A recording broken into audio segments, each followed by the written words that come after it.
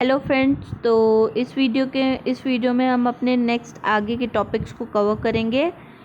तो चलिए आइए कंटिन्यू करते हैं हम अपने next topic, natural vegetations and wild life. Means प्राकृतिक वनस्पतियाँ, पेड़ पौधे और जो हमारा वाइल्ड लाइफ है, वन जीवन जो है, उसके बारे में हम बात करते हैं। Natural vegetation and wildlife are interrelated and interdependent on each other for survival and exist in the biosphere.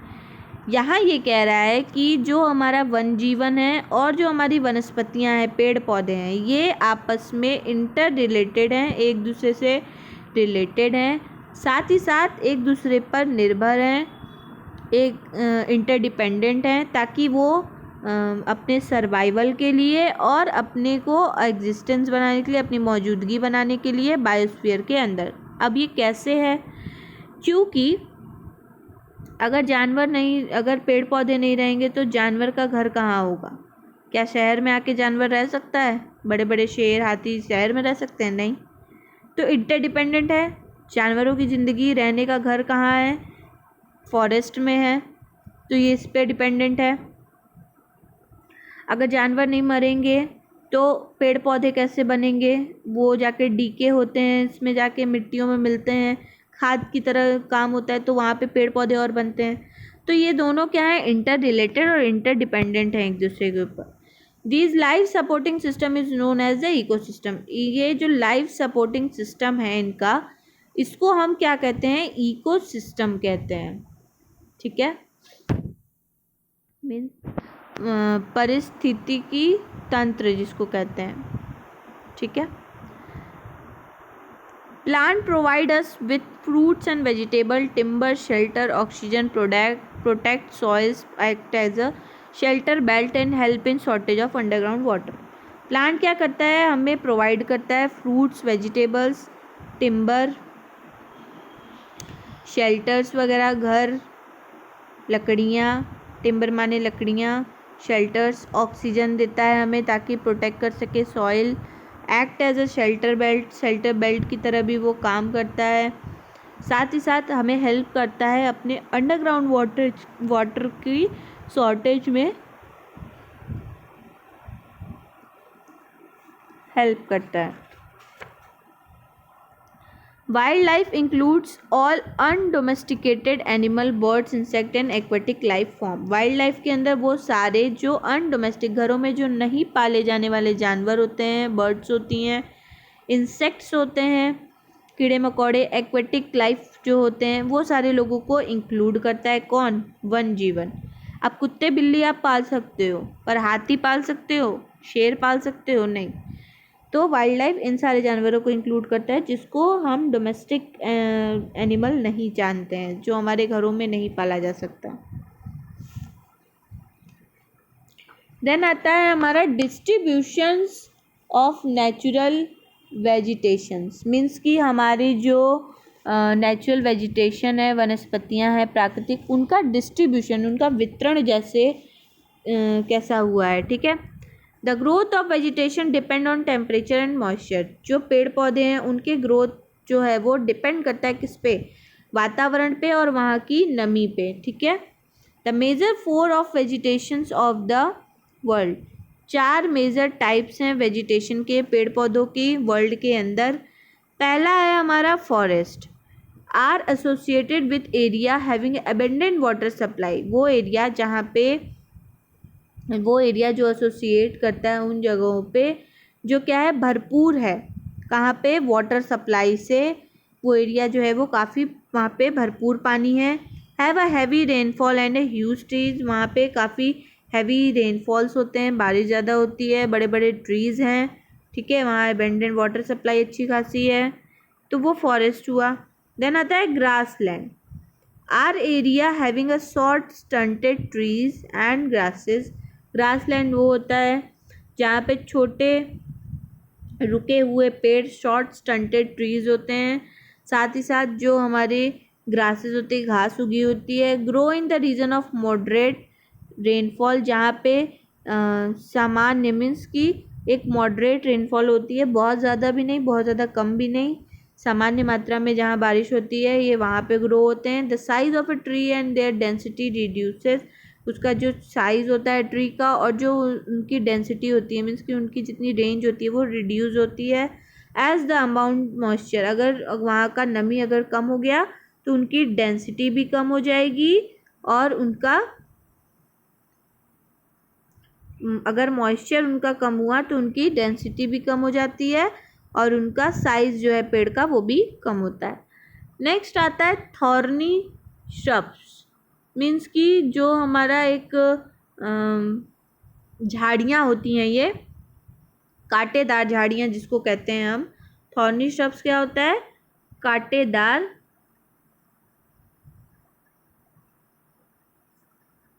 कांटेदार झाड़ियाँ, ठीक है, हम उसको कहते हैं shrubs.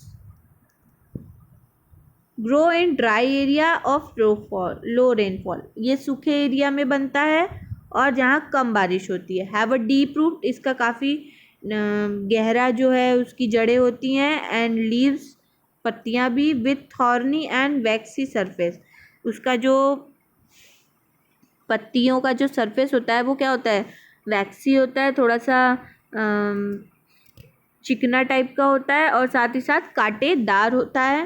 That helps reduce loss, इससे क्या होता है? ये हेल्प करता है लॉस ऑफ मॉइस्चर, नमी खोने में, कम होने में जो है वो उसको प्रिवेंट करता है। थ्रू ट्रांसपिरेशन के प्रोसेस के थ्रू, मीन्स भाप का निकास ना हो और इससे वो मॉइस्चर बनी रहती है उस पेड़ के अंदर। नेक्स्ट आता है टुंड्रा वेजिटेशन, ठीक है। टुंड्रा वेजिटेशन क्या होता है? Found in cold polar region, ये ठंडी जगहों पे पाया जाता है, पोलर रीजन्स में। Comprises of mosses and lichens, means कि जहाँ काई वगैरह होती है, ठीक है, और लाइचेंस होते हैं, वहाँ पर ये पाया जाता है, बनता है। Depends upon when they shed their leaves the types of forest are, वहाँ पे किस तरह का जो है वो उसका शेड बनता है, वो डिपेंड करता है कि वहाँ पे कैसी लीव्स है या कैसा फॉरेस्ट है, ठीक है।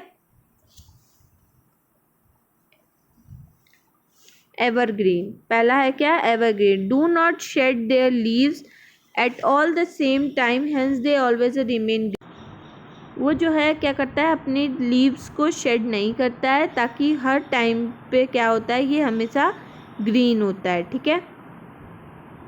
देन आता है डेसीडियस, ठीक है। डेसीडियस क्या होता है? Shade their leaves in dry season, ये ड्राई सीजन्स में क्या करता है? अपनी लीव्स को शेड करता है, गिर जाता है।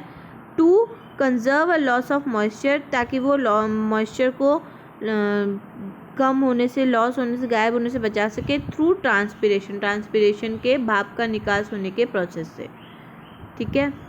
देन आता है mostly evergreen and deciduous forest that are the rich source of timbers and forest produce are found in India, जो ज़्यादा मोस्टली एवरग्रीन होता है और डेसीडियस फॉरेस्ट वहाँ होता है जहाँ पे टिम्बर मीन्स लकड़ियाँ जो है वो काफ़ी रिच सोर्स होती हैं।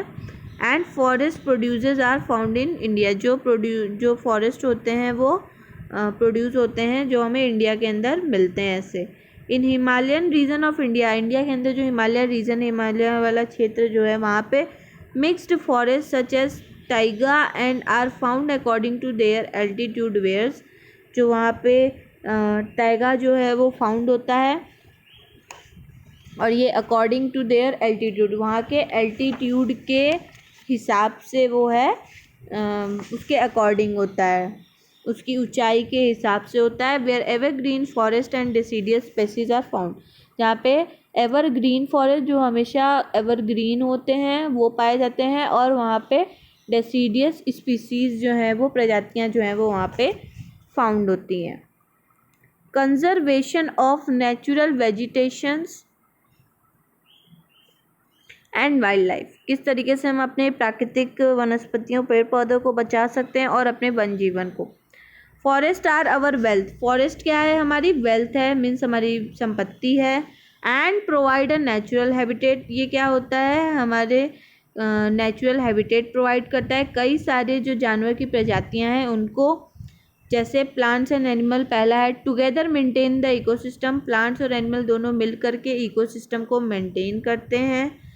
Change in A climate and human activities, अगर वातावरण में चेंज आया और किसी ह्यूमन एक्टिविटीज़ की वजह से क्या होता है, वहाँ पे फॉरेस्ट हमारा लॉस करने लगता है। Cover which affect the plants and animal that area, उस एरिया जहाँ पे प्लांट्स एंड एनिमल है उनको कवर करने के लिए, उनको बचाए रखने के लिए ये काफ़ी ज़्यादा इफेक्ट हो जाता है अगर वहाँ का क्लाइमेट चेंज हो जाए और किसी ह्यूमन एक्टिविटी की वजह से फॉरेस्ट लॉस्ट होने लगे, गायब होने लगे, कम होने लगे। तो कुछ ऐसे फैक्टर हैं जो इम्पैक्ट डालते हैं फॉरेस्ट को कवर करने में। Forest cover are deforestation, soil erosion, forest fires, अगर डिफॉरेस्टेशन हो गया, कटाई हो गई, सॉइल इरोजन, सॉइल घसक गया, फॉरेस्ट में आग लग गया, तो उसकी वजह से क्या होगा, हमारे बहुत ये सारे फैक्टर्स होते हैं जिनका इम्पैक्ट पड़ता है हमारे फॉरेस्ट के कवर होने में। ठीक है। Are the threat to both plant and animal in the region, उस पर्टिकुलर रीजन में, क्षेत्र में अगर डिफॉरेस्टेशन, सॉइल इरोजन या फायर फॉरेस्ट हो गया तो ये क्या एक वार्निंग हो जाती है जानवरों और पेड़ों के लिए, दोनों के लिए उस रीजन में जहाँ ऐसा कुछ हुआ है। Can be cause lightning, human carelessness और एरोजन, मीन्स ये किस लिए हो सकता है, अगर आप वहाँ पे लाइट की वजह से हो सकता है, ह्यूमन की किसी केयरलेसनेस की वजह से हो सकता है। देन उसके बाद आता है landslide, several species of animal have become extinct and endangered due to the loss of their natural habitat, बहुत सारे ऐसी प्रजातियां हैं जानवरों की जो हैं वो अब काफ़ी ज़्यादा गायब हो रही हैं, एक्सटेंट हो रही हैं और डेंजर में हैं, क्योंकि वहाँ पे लॉस ऑफ उनका जो नेचुरल घर है, जो नेचुरल हैबिटेट जो है उनका, वो गायब हो रहा है धीरे धीरे। एंड इनडिस्क्रिमिनेट किलिंग, और जो वहाँ पे उनको इनडिस्क्रिमिनेट मीन्स गैर तरीके से जो उनको मारा जा रहा है, ठीक है, उसकी वजह से कई ज़्यादा जो है वहाँ पे लॉस हुआ जा रहा है। अंधाधुंध जहाँ पे उनकी हत्या की जा रही है तो उसकी वजह से भी वहाँ पे काफ़ी ज़्यादा लोग जो हैं, स्पीसीज़ जो हैं, एनिमल्स जो हैं हमारी, ये सारी प्रॉब्लम्स झेल रही है। देन आता है पोचिंग, अवैध शिकार, मीन्स जो हम अवैध शिकार कर रहे हैं उसकी वजह से भी जानवर मरते जा रहे हैं। Is one of the major reason, ये सबसे बड़ा मेजर रीज़न है, resulting in a sharp decline, जो बहुत तेज़ी से कमी हो रही है हमारे किसी भी पर्टिकुलर प्रजातियों में, उसका सबसे बड़ा रीज़न है जो हम अवैध शिकार करते हैं। ठीक है, उसमें गैर कानूनी तरीके से। Refer to the killing animal for collecting and trading of a hides, ये रेफर करता है जिसमें हम जानवरों को मारते हैं ताकि हम उसके खाल का अवैध तरीके से कलेक्ट कर सकें, व्यापार कर सकें, स्किन से, नेल से, तेज से, उनके सूंड से, हॉर्न वगैरह से, सींग से, फैदर से, तो ये सब गैर तरीके से जब उनको मार करके उन चीज़ों से व्यापार किया जाता है, ये सब उसलिए बढ़ता जा रहा है और इसी की वजह से बहुत सारे पर्टिकुलर प्रजातियां जो हैं जानवरों की वो कम होती जा रही हैं। एनिमल लाइक द टाइगर्स, जो जानवर हमारे जैसे टाइगर की चमड़ी यूज़ की जाती है, लायन, एलिफेंट, उसके दांत यूज़ किए जाते हैं, एलिफेंट के दांत यूज़ किए जाते हैं, सूंड यूज़ किए जाते हैं, डियर, ब्लैक बक, हमारा काला हिरन, crocodile, dinosaur, snow leopard, ostrich, peacock, ये सब जो हैं हमारे वनरेबल हैं, मतलब बहुत ज़्यादा इनका जो है वहाँ पे गैर तरीके से वहाँ पे उन लोग उसका वो किए जा रहे हैं, गैर कानूनी तरीके से उनको हत्या किए जा रहे हैं। ठीक है,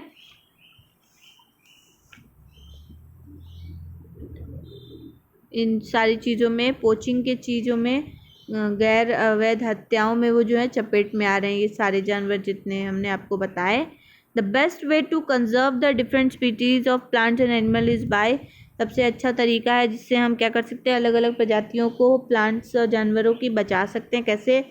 educating a people about their importance in ecosystem, उनका जो हमारे इकोसिस्टम के अंदर, हमारे वर्ल्ड के अंदर, हमारे इकोसिस्टम में उनकी कितनी इम्पोर्टेंस है उसके बारे में लोगों को एजुकेट करके हम क्या कर सकते हैं, बचा सकते हैं। हैविंग अ गुड कम्युनिकेशन, अच्छी कम्युनिकेशन हो कम्युनिकेशन नेटवर्क हो, और एफिशिएंट पेट्रोलिंग इन फॉरेस्ट, अच्छी खासी वहाँ पे हम पेट्रोलिंग कर सकें फॉरेस्ट के अंदर, ताकि हम मॉनिटर कर सकें, देखभाल कर सकें कि फॉरेस्ट फायर ना लगे, वहाँ पे किसी तरह का आग ना लगे। क्रिएटिंग एंड डेवलपिंग, साथ ही साथ उसको हम और ज़्यादा पेड़ लगा सकते हैं, डेवलप कर सकते हैं। तो ये सब वजह से हम क्या कर सकते हैं, कंजर्व कर सकते हैं, बचा सकते हैं, लोगों को इसके बारे में बता सकते हैं। और बहुत सारे अब तो अम्यूज़मेंट पार्क वगैरह बनाए जा रहे हैं मिल कर के, ताकि हम जानवरों को प्रोटेक्ट कर सकें और अपने प्लांट्स को बचाए रखें। ठीक है, तो ये चैप्टर यहीं फिनिश होता है। अगर आपको इस चैप्टर से रिलेटेड कोई भी क्वेरीज होगी तो आप कमेंट सेक्शन में कमेंट करके पूछ सकते हैं। Thank you so much.